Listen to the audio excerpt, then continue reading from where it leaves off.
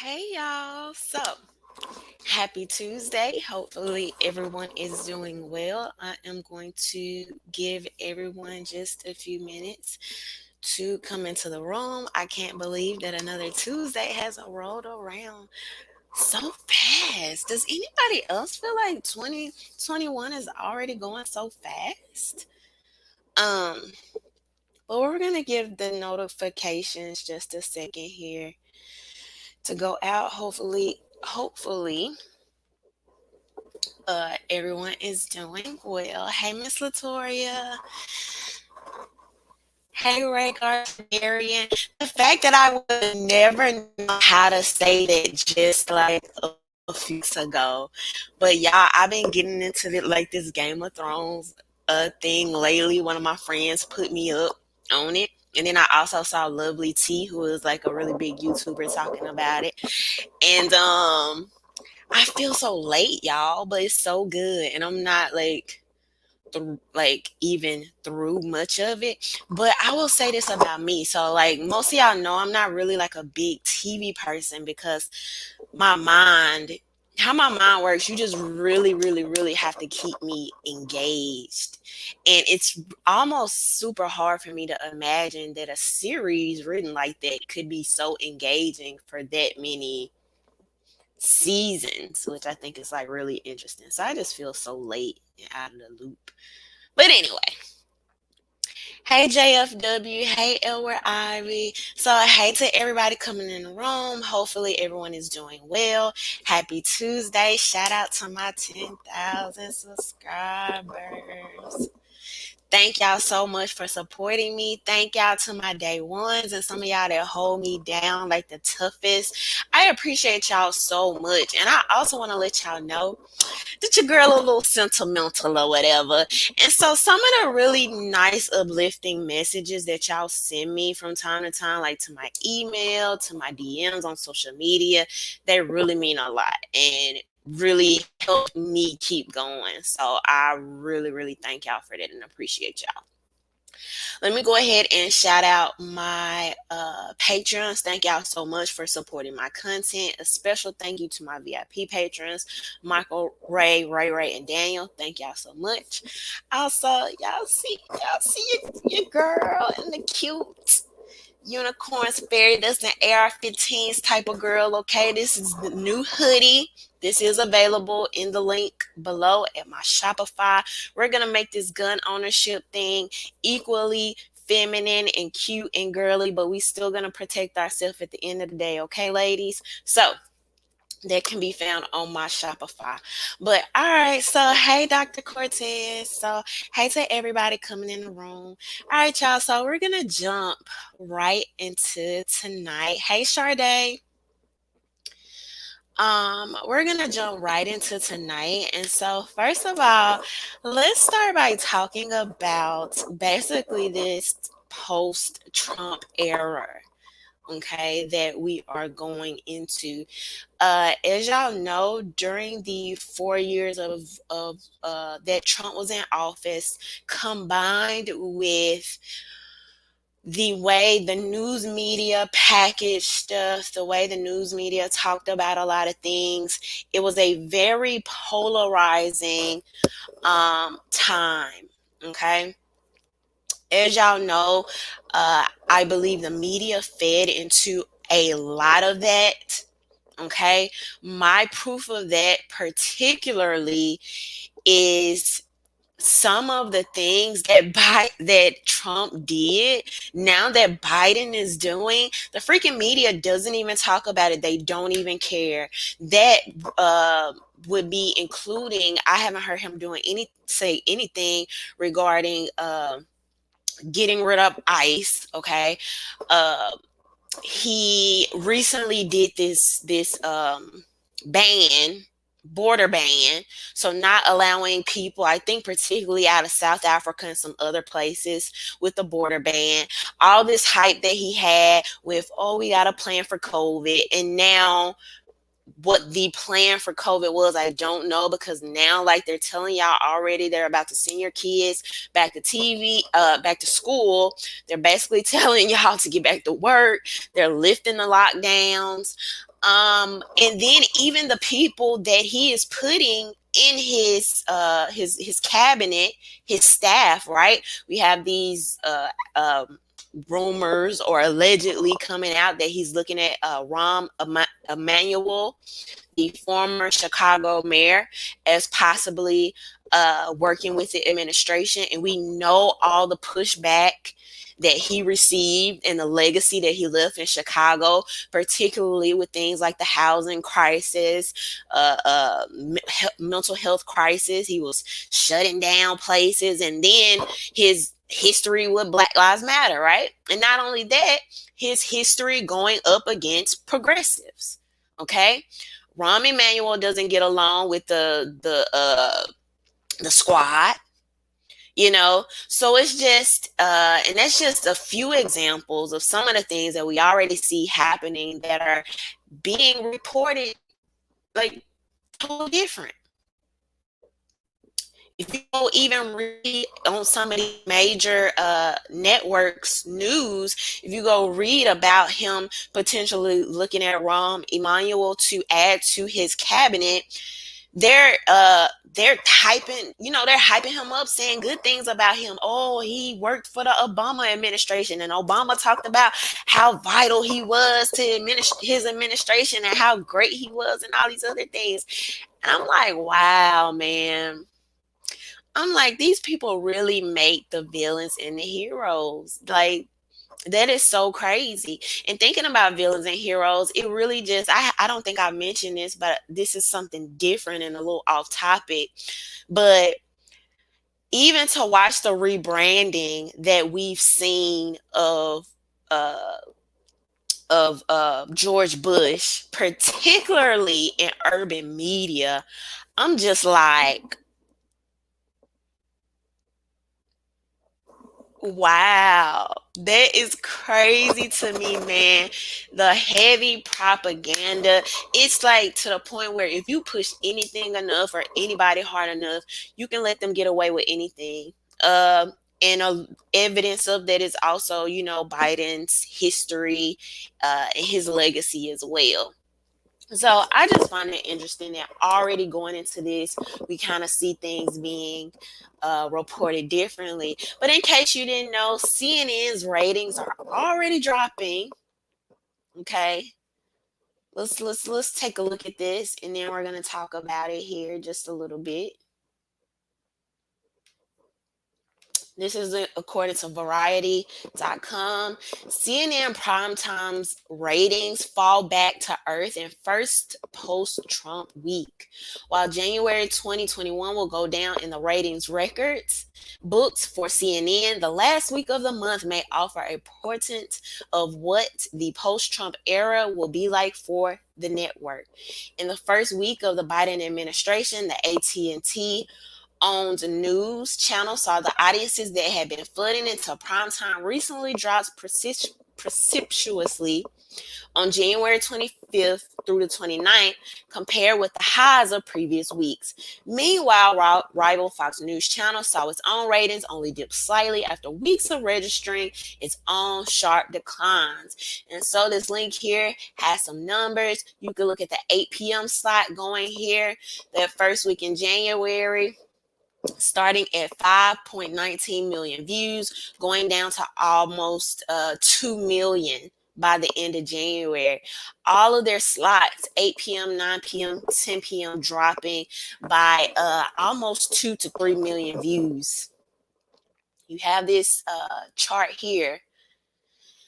Viewership across January 25th through the 29th was down by negative 43.69% in the 8 p.m. hour among total viewers watching live or within 24 hours of airing. Okay. So basically, a lot of us knew some of this was going to happen, kind of going into this new administration. The biggest problem with this is that what are these news agencies going to do? You already have late night hosts like Jimmy Kimmel, Colbert, Jimmy Kimmel and Jimmy Fallon. Both of their first names Jimmy, I think so. But already trying to combat or come up with strategic ways of how they're going to keep people engaged. You hit something home, and it's the only thing that you talked about, right, for the last 4 years. And so, first of all, be prepared for the absolute fact that people are going to milk this. Okay, they're gonna milk the Trump era as long as they can. So don't think that Trump is gonna be disappearing from the media anytime soon. You're also gonna see that in regards to what's happening with the lawsuit, uh, um, impeachment, right, and all these other talks. Now, the real question here is going forward, which one is going to be stronger for these media companies? Is it going to be the agenda or the ratings and the money? Which one is going to be more important for them to align with going into the next 4 years? Because regardless of how people felt about Trump, there was absolutely an entertainment value there. And depending on how you look at it, that could be, favorable or non-favorable. But Joe Biden doesn't have that, especially considering some of the possible cognitive issues that he has going on as well. And so, what are your mainstream medias going to do to keep this viewership going? What I suspect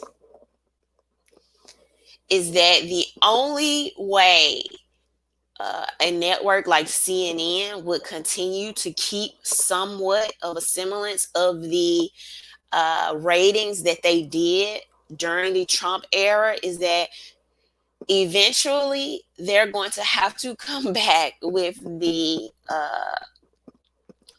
police brutality slash kids at the border narratives. I think that's what we're going to see. Y'all let me know what y'all think in the comments.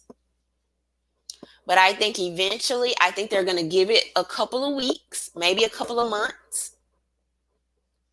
I think they're going to let Joe Biden and Kamala get in there comfortably, right?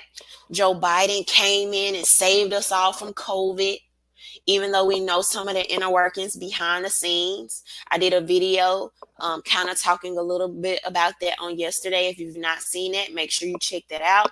Talked about how a lot of these organizations have rescinded and backtracked on their positions on hydroxychloroquine, how they've changed the threshold for the testing and all this other stuff that's going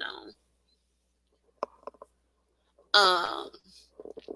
But eventually, right, they're going to have to do something to stay afloat or bring in the advertisement or the level of viewership that they were before. And in the pro-social justice era, those type of stories have been the only competing stories. Mike Brooks said they will stretch impeachment for 2 years. I hope not. I hope not. Thank you. Thank you, Dr. Cortez. Thank you, Black Panther. Thank you to everybody saying congratulations on the 10,000. Thank y'all so much.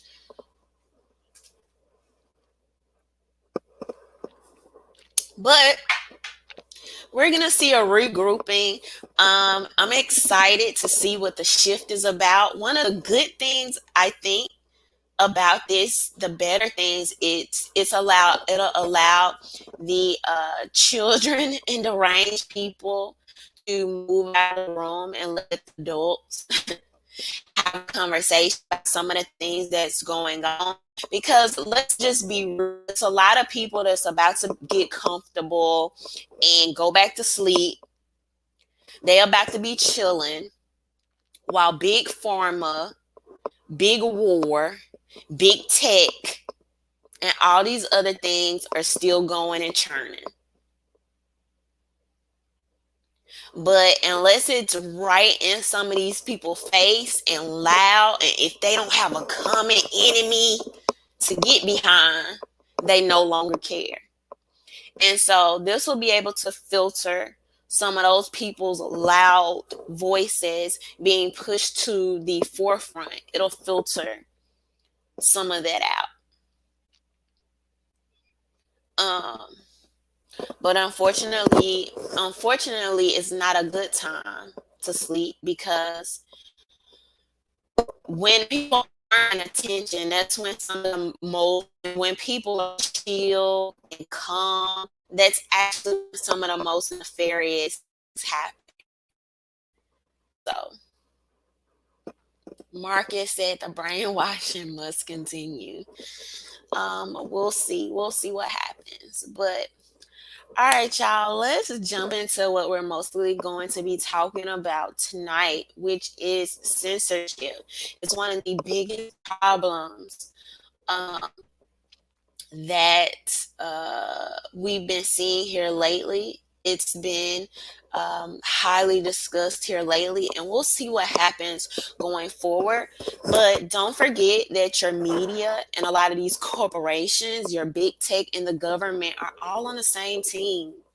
So they're a private company, they can do what they want. They're not so private when they're in cahoots with your government, and they also get special privileges from the government. I think that's the biggest thing that people need to remember when we're having these discussions as it relates to censorship. And y'all know that this is something that I've been talking about for a while. And in regards to the way they promote something, the way they sell it to us is never the way that it ends up. Y'all let me know. It looks like I may be freezing up a little bit. So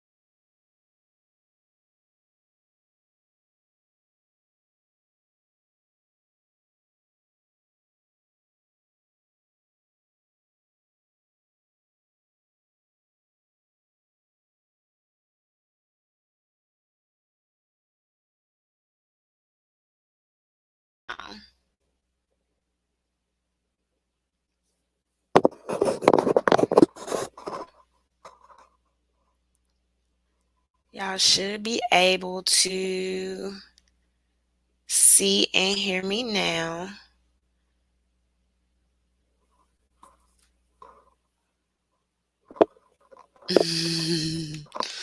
I know it's crazy. Like I never really have problems with my Wi-Fi like that. Um, let's see.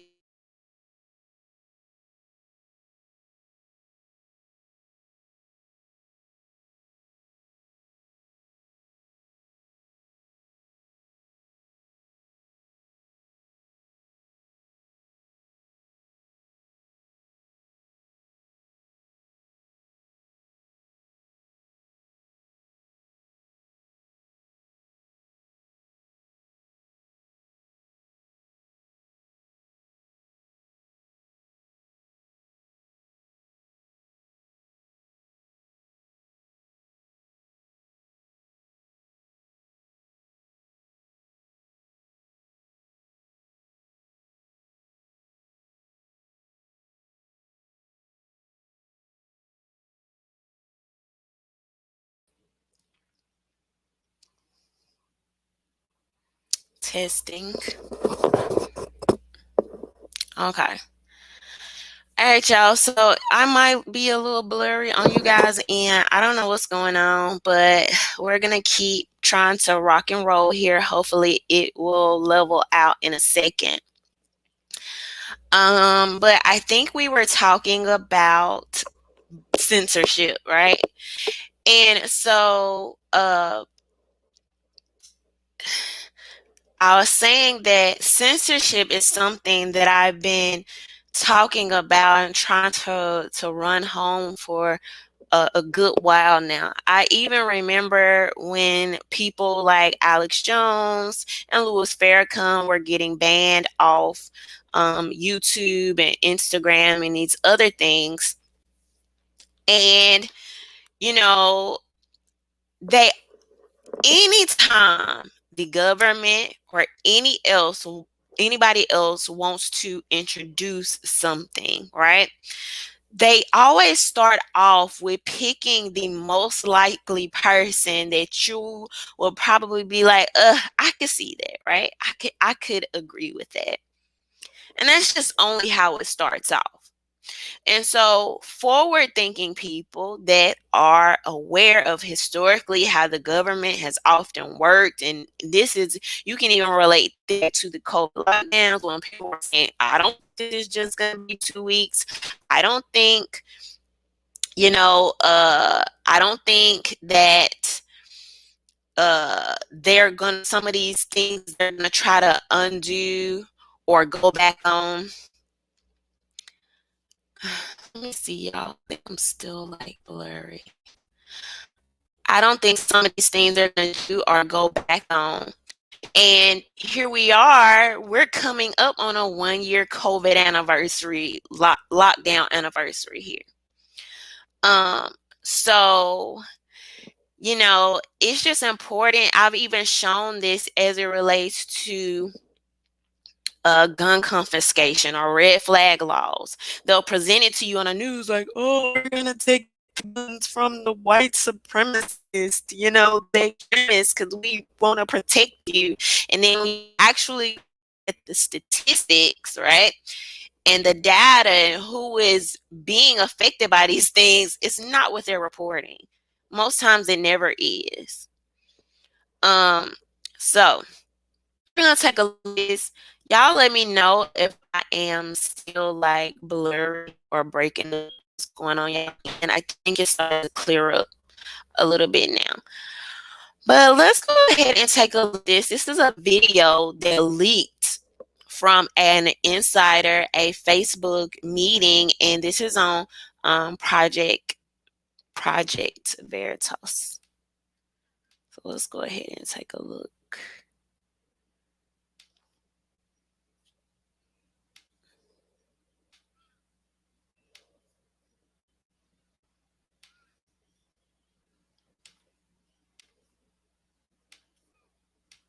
All right, so this is a Project Veritas website.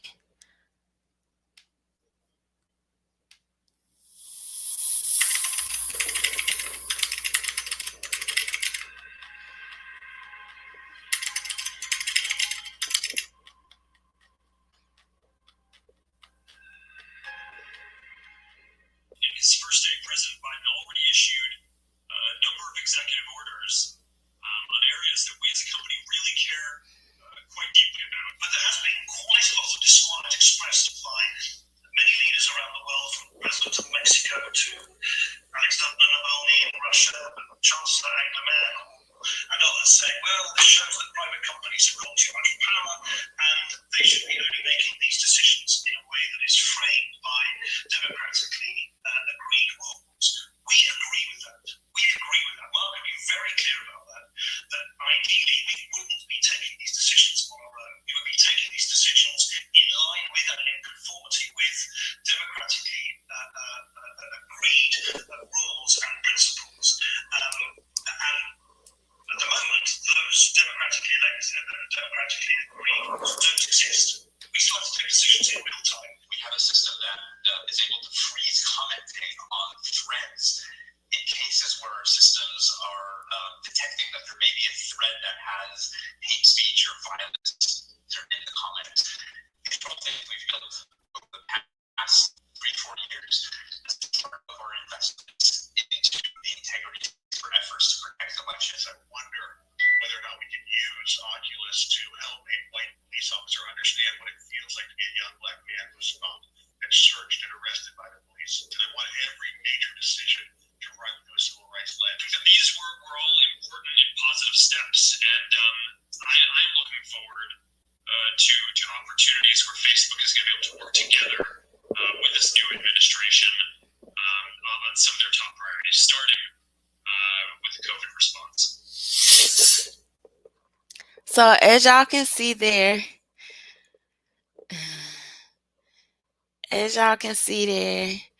let's see what the fun Tatiana said. Zuckerberg will be our first millennial president. I hope not. Thank you for the super chat. All right, so it looks like I cleared back up. We good to go. All right, y'all. So y'all saw that there. This was a leaked video from an insider over there at Facebook, where you basically that other guy. I'm first of all glad that he used the word conformity, because that's exactly what a lot of this is about. They want to create this cipher of what we're talking about and what we're not talking about. And that's actually more dangerous than not. And why I say that, a perfect example of this, if you've not seen my video from yesterday, you should check that out, because a perfect example of this is the fact that hydroxychloroquine, okay, as a remedy for COVID, was being talked about not only in America, right? Because, in America, they made it this super political thing. Oh my God, said it's okay, so it must not be okay. But there was news coming out of France, right, and other countries that was basically talking about the benefits of hydroxychloroquine. But you had people like Facebook that has an agenda. And so, working on the behalf of more nefarious actors will do these things to create conformity. And they started removing posts about hydroxychloroquine that, in fact, could have saved people's lives. Even from the very beginning, there was absolutely no evidence that hydroxychloroquine was overly harmful to people dealing with COVID-19. The only thing that they could really say about it was the fact that if you were like deep into the symptoms, maybe if you were a couple of days in and one of the people dealing heavier with the symptoms, then after a certain point, after you pass a certain threshold, there was no benefits to you. But literally less than 1% of the people dealing with using hydroxychloroquine were even having any adverse effects, which was the same adverse effects that people have been having since hydroxychloroquine had been on the market for over 50 years. So it wasn't even something new. So this is just one example of Facebook flexing their muscle and using their power to censor competing voices and ideas, which is in turn hurting a lot of people. And, sometimes, like yesterday and a couple of weeks before, sometimes these things come off as rant videos, but I'm upset. Like, it hurts my feelings that real people's lives are being used and lost in the balance. And then some of these same people will come out and call these agencies essential. They'll run cover for these agencies saying things like, well, they're a private company. These people don't give a crap about you. They were in on everything we just watched happened. So yes, it's bothersome to me. I literally know someone who has a huge urban media social media page, right? And I remember this was like months ago, and this was like on my last Twitter, so I wish it was still there, but it's not. They deleted it. But I saw him like make this long post, or the team. I'll say the team because I don't know who exactly made the post over here on this social media page geared towards uh urban people in America, okay? Um and it was this long post just going in on Pence, and why would they say all these good things about hydroxychloroquine? They're just trying to use black people as guinea pigs. I'm talking about just back to back tweets of breaking it down and saying all this and that.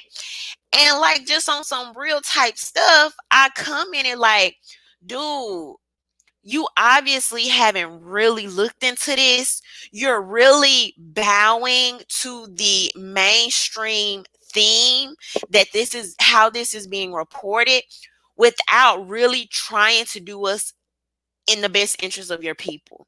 By the talking points that you're using, I can tell you haven't really actually looked into this. So people are attacking me, comments, all the little hands, you wrong, whoop de whoop. They just want to use black people as guinea pigs, this, that, and the other. So I'm dropping facts, I'm dropping data. Not only that, y'all haven't mentioned nothing about people in actual Africa that came out saying, "Oh, we're gonna try the vaccines in on the Africans first because they don't care about themselves." Right? I dropped this story. You have yet to say anything bad about the vaccinations and how anybody with eyes can see how they're literally pushing this narrative of, oh, we gotta, now everybody want to talk about equity all of a sudden. Oh, we gotta make sure we get the vaccine to the blacks. They underrepresented but overrepresented in COVID-19 numbers. I knew from the beginning. I saw the play early on. I told y'all this almost a year ago. I said, because I remember the narrative switching like this because of how COVID was affecting Africans. I think early on it was this assumption of, oh, like COVID's not really even affecting black people like that, right? So people weren't really talking about it. But before we knew it, all in the media algorithms, if y'all remember, all of you had Idris Elba, you had all these actors and basketball players and all these other people coming out doing their little speeches.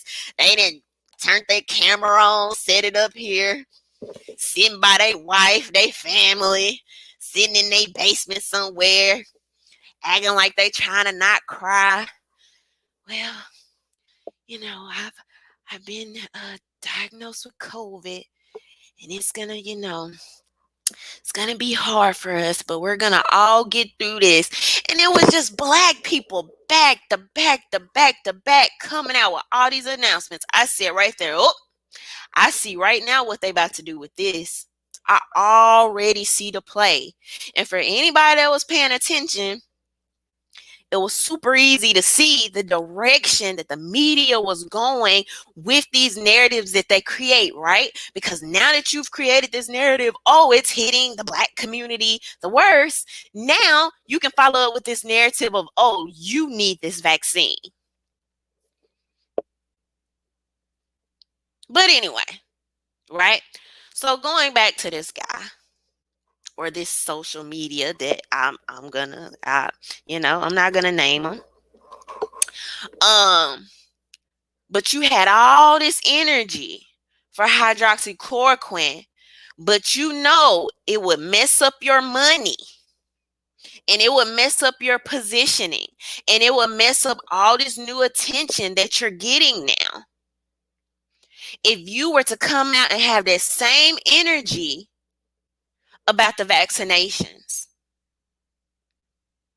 And unfortunately, it's like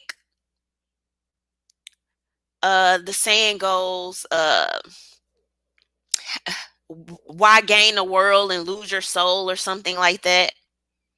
Some of these people want accolades, the money, the fortune, and want to seem like they down. They down so bad. Oh, let me show y'all I'm anti-Trump. And hold the whole time you leading your people to the slaughter. The whole freaking time, because instead of doing your due diligence to be objective and get the truth to the people, you rather stick to an agenda. And I hate to see it. And it's really messed up on the just on a simple fact that these are the people that the algorithms will push up.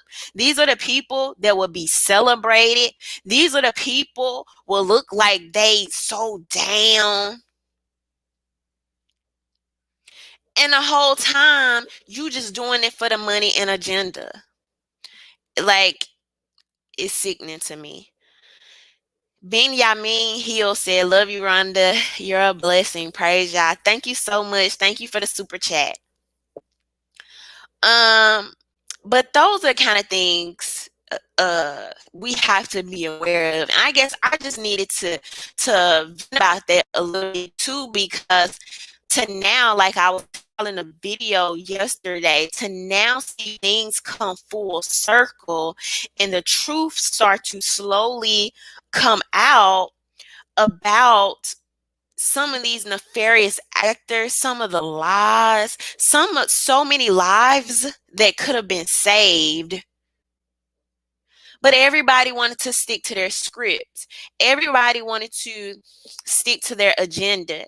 And so with me, it took me a while to get to 10,000. That's fine. We're pushing. I appreciate for people that share my content, that support me. But one thing about me, I am going to forever be genuine. I'm not going to come on here and lie to y'all. I'm not going to come on here for grifting or cookies or cool points. I'm not gonna do it. People have been rocking me for the longest. May not agree with what I say. They support me in my objectivity. Not only that, I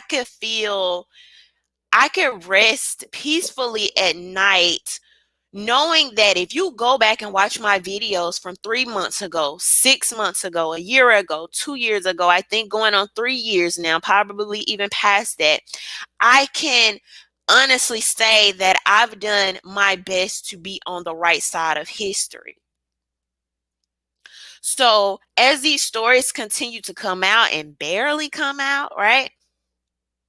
But it'll only be about, maybe I'll give it 3 to 5 years. They're going to talk about how the COVID lockdowns were racist. They're going to talk about all the deaths and the people that have had long-term impact from these vaccinations that weren't really heavily scrutinized or studied.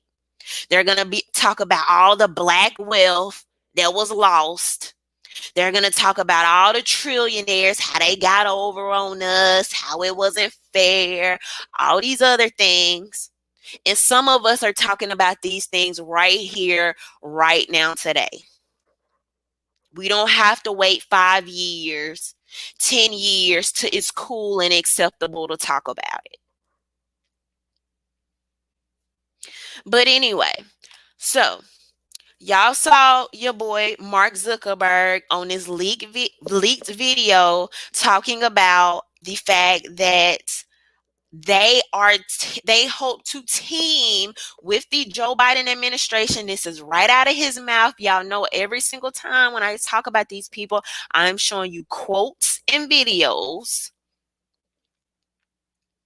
So this is right out of Mark Zuckerberg's mouth saying, yeah, we plan to team with the administration, particularly on things like COVID. You have the other people in this meeting talking about, oh yeah, democratic conformity, right? These words are very important. Truth be told, a lot of these people don't want as much diversity as they claim. They want conformity. All right. So, for all the people that were cheering on when Trump was banned from social media, me trying to tell people your anger is allowing you to be on the wrong side of history, and watching the pendulum swing so quickly. It's not even a couple of months later, right? And they're already censoring people on the opposite end of the spectrum. And I think it's important to talk about this because either you're going to stand for what's right or you're not. It's just that simple. There is no picking and choosing. And why there can be no picking and choosing is because people like the government and these corporations, if you pick and choose, they are going to use that to their advantage, as you're getting ready to see right now. I am going to prove this to you, okay? Thank you, Sade. She said, I'm so happy I finally found your content. I have been missing out. Thank you so much. I felt so crazy before I found this community. Thank you so much. I really appreciate Sade, and I appreciate messages like this.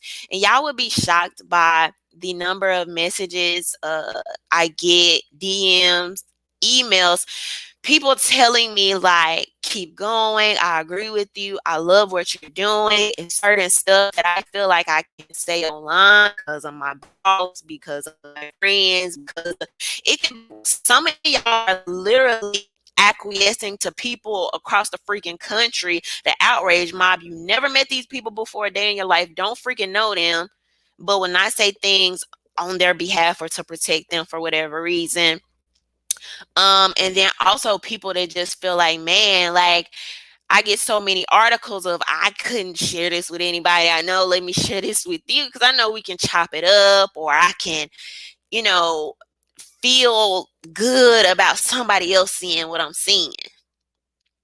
So y'all are not alone. You are not alone at all. Thank you so much, Sade, for the super chat. So let's go ahead and look at this, y'all.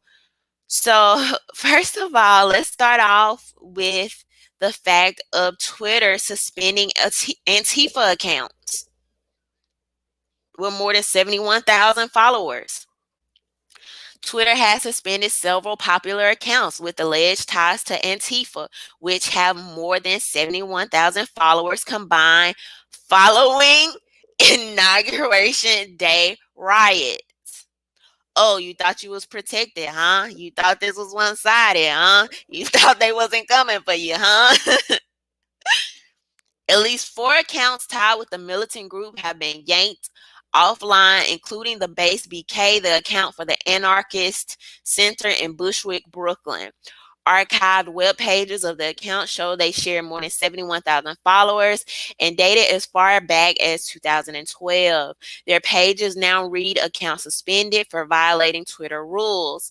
Antifa Sacramento railed against the base's suspension on its Twitter. Our comrades with the base BK and Anarchist Social Media Center in Brooklyn, New York, of 9 years, now took this Twitter thing seriously. Reaching a platform of 17,000 followers, they push a very specific line where politics were never blurred. Today, Twitter took their account down, and now there's a void. So this just goes on to talk about this. As always, y'all know I always drop these links in the description box so y'all can check them out. Y'all know for the most part how I feel about Antifa. I don't and then even trying to conceptualize what the heck Antifa is, because they're so just like all over the place and not like a direct like organization. You know what I mean? But we've seen some of the things that Antifa has done over the years with being just very like destructive, going into mixing into other protests to be destructive and to wreak havoc, and trying to take over for their own agendas and stuff like this. But regardless of me not identifying with Antifa, do I think that should happen to Antifa? Do not. I do not think Antifa should be removed. I do not think Antifa should be censored unless and only unless there is a direct call for violence. That is it. That is all. Now, are we that naive to believe that just a couple of weeks ago, some of these people weren't cheering on for one of the most publicly seen and talked about Twitters being removed and banned and virtually removed from every ounce of social media just a couple of weeks ago? Do we really believe that some of the Antifa members weren't cheering this on when they were doing this to Trump?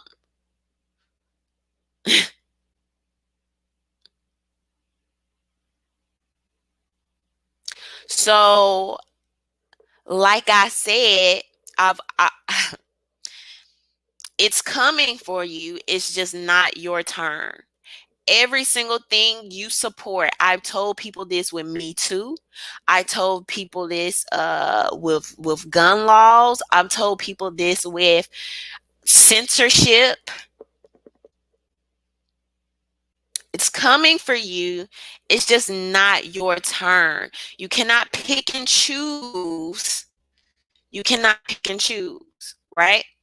So, though I may not identify with the basis or the overarching theme of Antifa, I believe that they have a right to talk and to communicate. It's actually a very simple concept. And even the fact of losing 71,000 followers, I know what it feels like even having a smaller platform removed. Okay. If you don't know, my last Twitter was removed.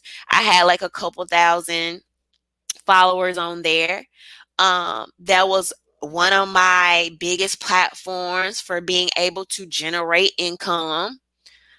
That was one of my biggest platforms for being able to get out my message other than YouTube. Okay. Because I use Twitter a little bit more.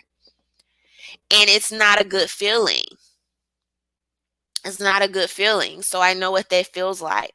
So let's go on to this. This is according to the scope.co. The pendulum of internet censorship swings leftward as it always will. We tried to warn people. They don't listen. It's okay. They're a private company. They can do what they want. Like, there has been a purge of left-wing accounts from social media, with socialist organizations being targeted on Facebook and multiple Antifa-associated accounts. We have just confirmed that Facebook has disabled the page of International Youth and Students for Social Equality at the University of Michigan, as well as the accounts of all the admins of World Socialist website. This is an unprecedented attack on the speech rights of an official campus student group. World Socialist website also reports the following. On Friday, Facebook carried out a purge of left-wing, anti-war, and progressive pages and accounts, including leading members of the Socialist Equality Party. Facebook gave no explanation why the accounts were disabled or even a public acknowledgement that the deletions had occurred. At least half dozen leading members of the Socialist Equality Party had their Facebook accounts permanently disabled. This included the public account of Genevieve Lee, the national security of the International Youth Students for Social Equality, and the personal accounts of Niles Namuth, the U.S. managing editor of the World Socialist website. So this just goes on to talk about this. Twitter has suspended several popular accounts with alleged ties to Antifa. Okay, calling the accounts basically like militant. That's always a word they'll throw in there when they want to censor some stuff and get rid of people. So this just goes on. This just goes on to talk about this, and I will also drop this below. But think about it. Why? I mean, you know, it would you would think it may be common sense, but maybe it's not so common sense. So I'll kind of explain it and break it down a little bit further for some people that may not, be thinking about this from a bigger angle. So you may wonder, why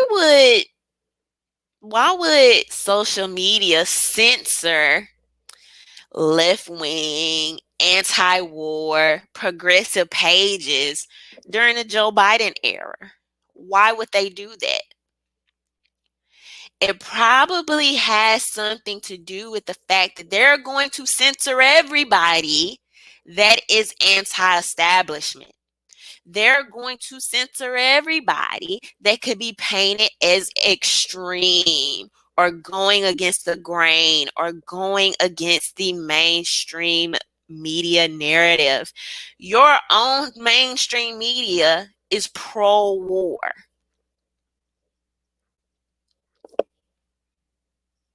So, what would make people believe that you are going to escape this censorship?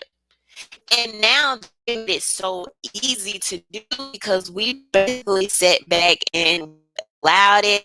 We've accepted it, and the most disgusting, most nauseating one is we've literally run interference for these oligarchs by saying silly, ridiculous things like it's a private company, they can do what they want. And I find it particularly funny when it's a private company, they could do what they want. Some of these same people were mad because restaurants wanted to open, businesses wanted to open during the lockdowns. And even beyond that, if y'all can remember, just about a year or two ago, when people were protesting because you had hotels, restaurants, and these pharmacies that were kicking Black patrons out because of suspicions or other possibly racist motives, right? Y'all remember that era? It seems so long ago, right? When it's you couldn't get away from it. It was the only thing in the algorithms. And even then I was very suspicious because when things are happening back to back like that, and they're all across the country in all these different areas, right? But it's the only thing we're seeing. Everybody was like a barbecue Becky or the water Karen or all these other things. And it's like just a coincidence, right? Total coincidence. I mean, maybe. I would say one or two things are true. Either uh, that was happening and it's the only thing they wanted us to see, or it's still happening and they don't care to talk about it anymore because it only fitted their agenda at that time. So, like, which one is it? So if you are anti-establishment, yes, you are going to be censored. Facebook shuts down People's Power Assembly page. Act to stop censorship. On Friday, January 22nd, Facebook disabled the main pages of two major community organizations, People's Power Assembly and Women in Struggle. Activists around the country who helped play roles in either group, extending its purge to Puerto Rican activists, people at the Harriet Harriet Tubman Tubman Center Center for for Justice, Justice, and and others. others. We're going to skip down to here. In addition, 16 individual activist profiles were disabled, which means that close to a dozen other progressive pages and groups were frozen when their administrators were disabled, including the Baltimore Harriet Solidarity Center, ICE, out of Baltimore. Y'all remember I told y'all earlier in the video, Joe Biden isn't planning or said anything special about dealing with ICE detention centers. Prisoners Solidarity Committee, Youth Against War and Racism, and Baltimore and Maryland Amazon workers. Sharon Black stated Facebook's disabling of pages and accounts of major activists who have not violated community standards. Do y'all even know what the standards are really? Or you just allow them to pretend like before they were banning extremism? And extremism is subjective. Unless, again, I want to be clear, it is directly calling for violence, okay? Is meant to silence and censor our voices. The People's Power Assembly has played a significant role in the Baltimore Black Lives Matter protests in the summer and more recently opposing Trump's efforts to overturn the election. On Dr. King's Jr. birthday holiday, we held a car caravan to Jessup Correctional Institute and the Howard Community Immigrant Detention Center to demand justice for prisoners and detainees. They're telling you this is not going to be, the funny part about all the people that supported censorship, you're actually going to probably, most likely, I would imagine, you're probably going to see more censorship of people that skew left in the next coming years, because with the Democrats having the House, the Senate, and the White House, and literally having more power than ever, and a lot of y'all are going to see that they're not going to do half the crap that the squad told you. Oh, we're going to hold their feet to the fire. We're going to put more progressives in this administration and more progressive ideology. These people are still about to bow to their donors. They're still about to bow to the corporations. They're still about to be big tech, big pharma, big war. And so all the power to the people, anti-war activists, they don't want you pointing out the fact that with even all of those three areas being sold up by Democrats, you're still going to get more of the same. Can't have you pointing it out. Can't have you pointing out the fact that in a huge part that progressives are actually a control opposition to walk people right back into the same stuff with the Democrat Party. Can't have y'all figuring that out, you know.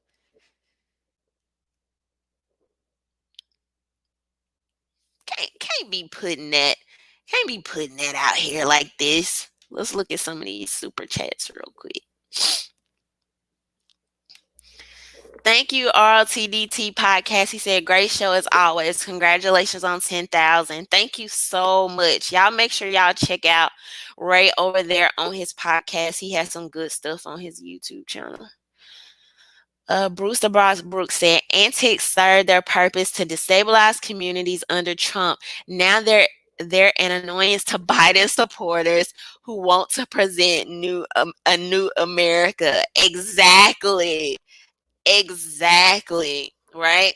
They did all this to cause, to wreak havoc, confusion, anger, and now, after they use your energy to get their desired goal, they're going to turn around and silence you. Dang, that's messed up. They use you like some minions, some little chihuahuas, had you biting at all the people ankles you didn't like, just to turn around and censor you. Now, ain't that some? Mm-mm-mm. Thank you, Bruce. Thank you so much, Loki. Thank you for the super chat.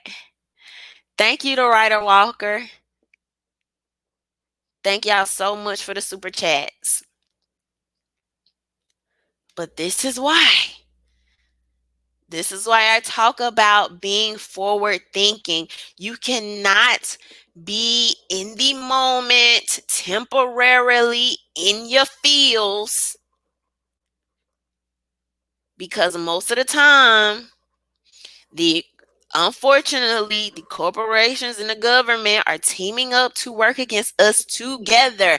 As you can literally see, Mark Zuckerberg on camera saying, "Yeah, we want to work with the Joe Biden administration. We want to get this censorship thing down pat, because we can't just have y'all out here talking about other remedies for COVID. That doesn't fit our agenda to prolong the lockdowns." Right? So we can, for you to say, "Oh, we need a hero. We need somebody with a plan to swoop up and save us.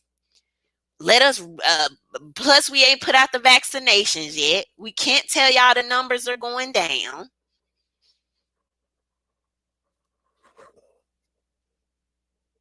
Dang, man. Dirty game. Dirty game. It's a cold world out here. It's a cold world.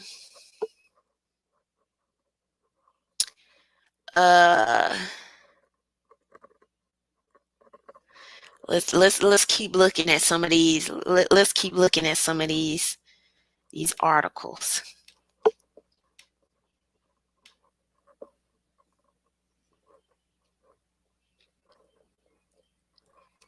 Why is Facebook continuing to silence political activists? Facebook has continued to disable the accounts of dozens of political activists in Britain, despite admitting that it had done so in error. Those who have had their accounts targeted say it suggests Facebook is silencing political and left-wing activists. The scale and uniform nature of the disabling all activists are also members of the Socialist Workers' Party suggests that Facebook's algorithms have targeted those who have used the platform to challenge racism or to issue solidarity with Palestine. Facebook initially disabled the accounts of 40 activists. This led to an online campaign, and Facebook admitted to press inquiries that the accounts have been suspended in error and restated dozens of accounts. However, despite Facebook admitting the error, more than 15 accounts are yet to be reinstated, all of whom were activists in their communities. Is it possible that new Facebook investment in artificial intelligence is incorrectly targeting political campaigns as hate speech? No, it's not incorrectly targeting at all. In fact, this is very intentional.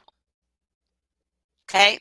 Indeed, in November 2020, an open letter from 200 Facebook content moderators to Mark Zuckerberg warned of the dangers of replacing their jobs with algorithms. It's not an accident.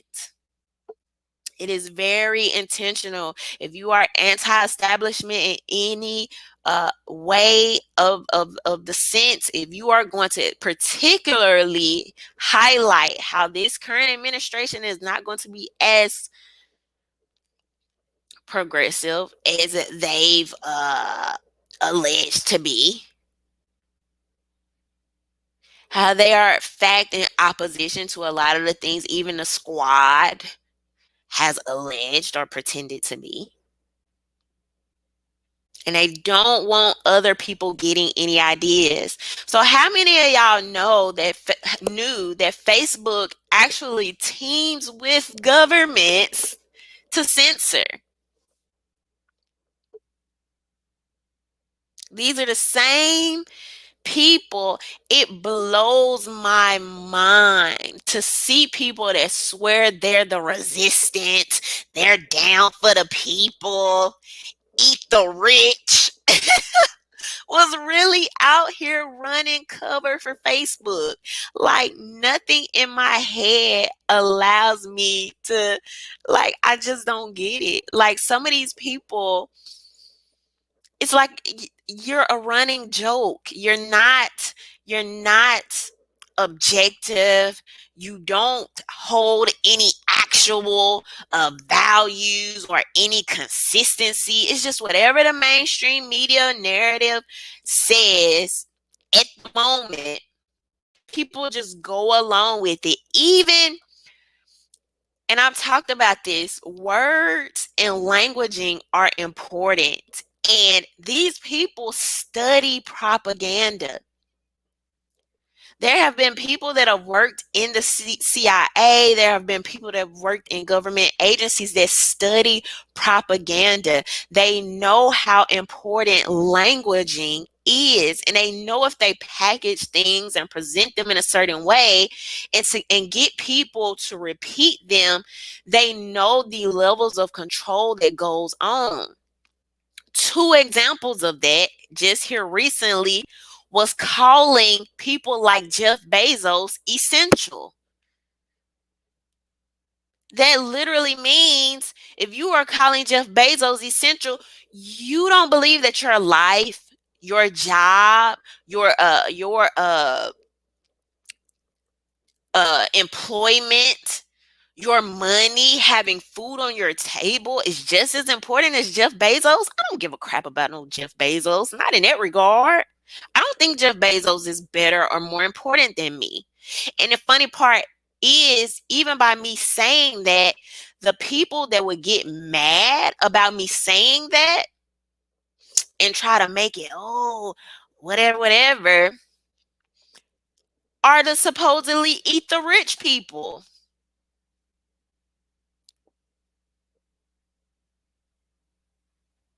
I feel like my livelihood is just as important as Jeff Bezos. Jeff Bezos, I don't think Jeff Bezos is more essential to me, more essential than me.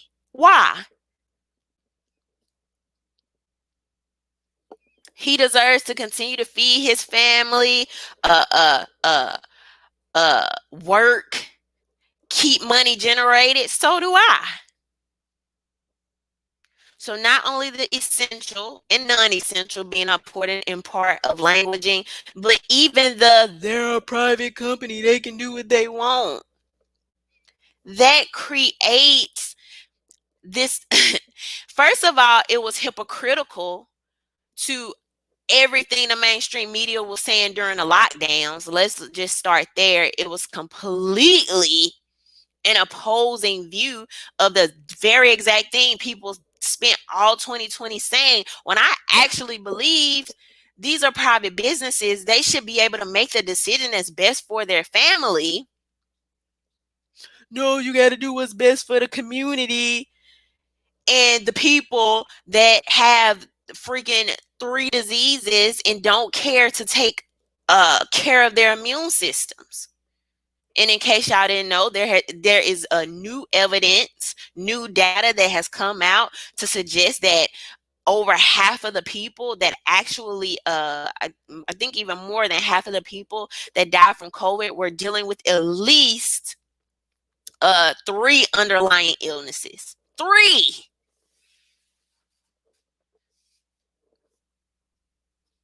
We didn't see this big push of media talking about boosting and taking care of your immune systems and how to do that. And we know why. We know why. We know big pharma is also heavily tied into the government, right? But going back to talking about languaging, so this essential and non-essential, and also they're a private company, they can do what they want. These type of things creating these narratives, and they know that. But anyway, so let's go back to, some of y'all didn't know, Facebook collaborates with these governments to censor people. Y'all don't think they're doing it with our government?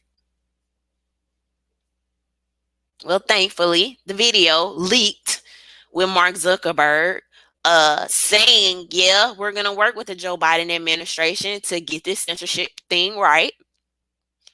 And not only that, people that's been paying attention this entire time would have known that, would have known that big tech sometimes runs interference for the government and vice versa. Very heavily connected. So no, I'm not going to give them some pass like they're just some little struggling, oh, well, they're a private company. They just, work so hard and, they just do what they can and just let them do it because, no. These people are getting benefits from the government. This is from 2016. Facebook is collaborating with the Israeli government to determine what should be censored. And people really believe, and I know I'm kind of mixing this in with the Israeli government, but even as it pertains to America, people really believe that this is not a 1A issue, that this is not a First Amendment issue. If you didn't have a government that was running cover for these social media agencies, obviously colluding with them and also writing legislation that protects them like Section 230, then maybe I give you the benefit of the doubt. But since that's not the case, you cannot now say, as more evidence comes out that social media colludes with the government, you cannot turn around and act like or pretend that this is not a First Amendment issue, okay? So going back to Israeli, a major censorship controversy erupted when Facebook began deleting all posts containing, we're going to skip over this a little bit because it just talks about the previous situation that was going on around this time. But more importantly, having just resolved that censorship effort, Facebook seems to vigorously courting another. The Associated Press reports today from Jerusalem that the Israeli government and Facebook have agreed to work together to determine how to tackle incitement on the social media network. These meetings are taking place as the government pushes ahead with legislative steps meant to force social networks to rein in content that Israel says incites violence. In other words, Israel is about to legislatively force Facebook to censor content deemed by Israeli officials to be improper. And Facebook appears eager to appease those threats by working directly with the Israeli government to determine what content should be censored. The joint Facebook Israeli censorship efforts, needlessly to say, will be directed at Arabs, Muslims, and Palestinians who oppose Israeli occupation.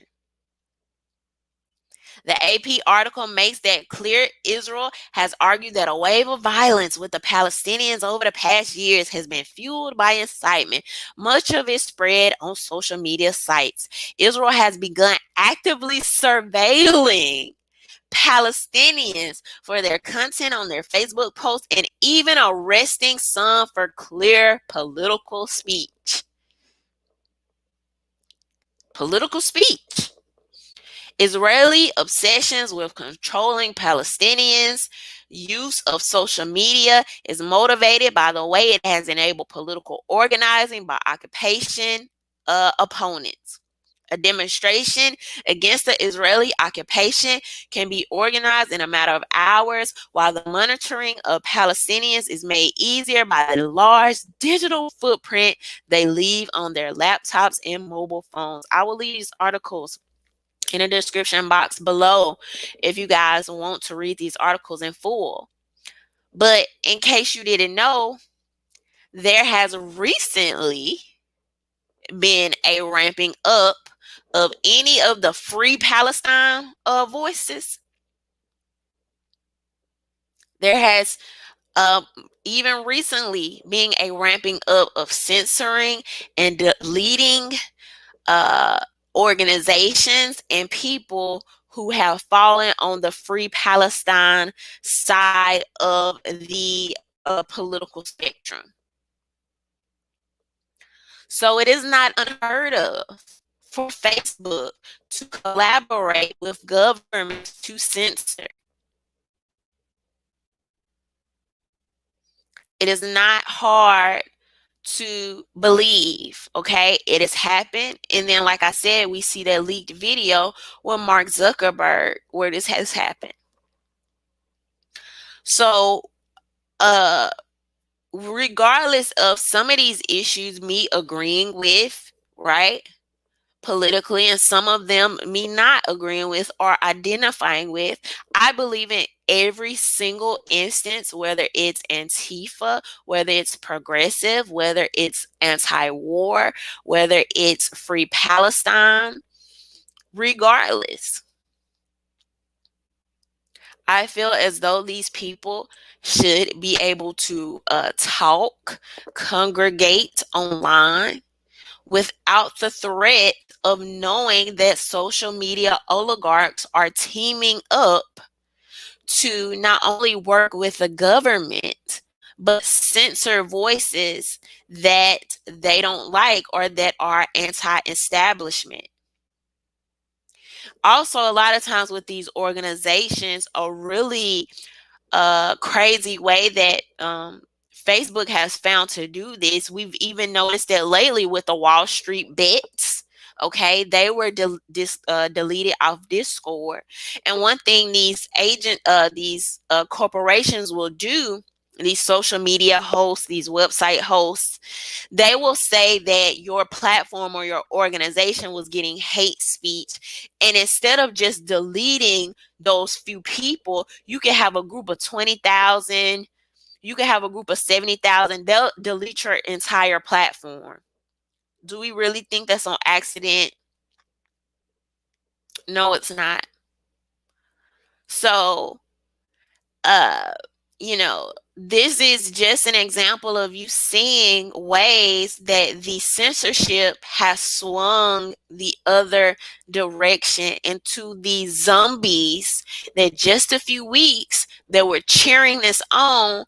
Hopefully you will see what's really going on here and how the government has uh, teamed up, or even Facebook censoring and being against anti-established voices. And for the life of me,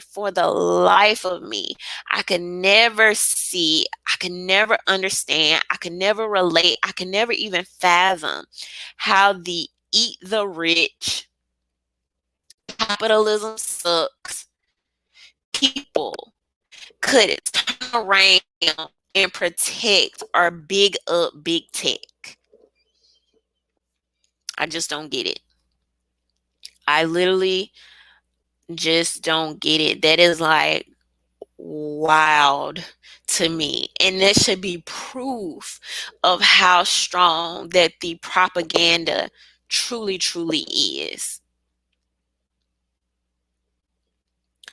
Uh, so anyway, we'll see. I'll continue to keep an eye on this censorship thing. We'll see what happens going further into the Joe Biden administration. I do believe that big tech, along with mainstream media, is going to give him a lot of room on a lot of these issues. I mean, at least for a little while, until the mainstream media starts needing like ratings and money and like sponsorships and all that, and they'll find some type of angle to spark the people up again, to compete with those Trump era views and numbers. um but as y'all can see, the censorship is at an all-time high, unfortunately for people like you and I. Unfortunately, for people that see the corruption with our government and things like that. So if you are a new viewer, hopefully not only do you subscribe tonight, but if you are one of those people that were just a couple weeks ago um, promoting or, you know, agreeing with or even turning a blind eye to censorship, hopefully this will help you see across a more objective spectrum that it just wasn't your turn. It just wasn't your turn. And it a lot of aspects that we can look at with as it relates to the government in particular, or even mainstream media, how they present things to us is usually not always how they end. And so anyway, um, but that's pretty much it for tonight, y'all. I've been freezing up really badly. Maybe it has something to do with me talking about censorship. I don't know. A couple of y'all joked around about that earlier, but it's been super blurry and my camera going out and stuff like that. But anyway, so say no to censorship. That's the overall theme here. Thank y'all for rocking with me. Thank y'all so much for supporting my content. Shout out to my new subscribers and as well as the people that's been rocking with me for forever.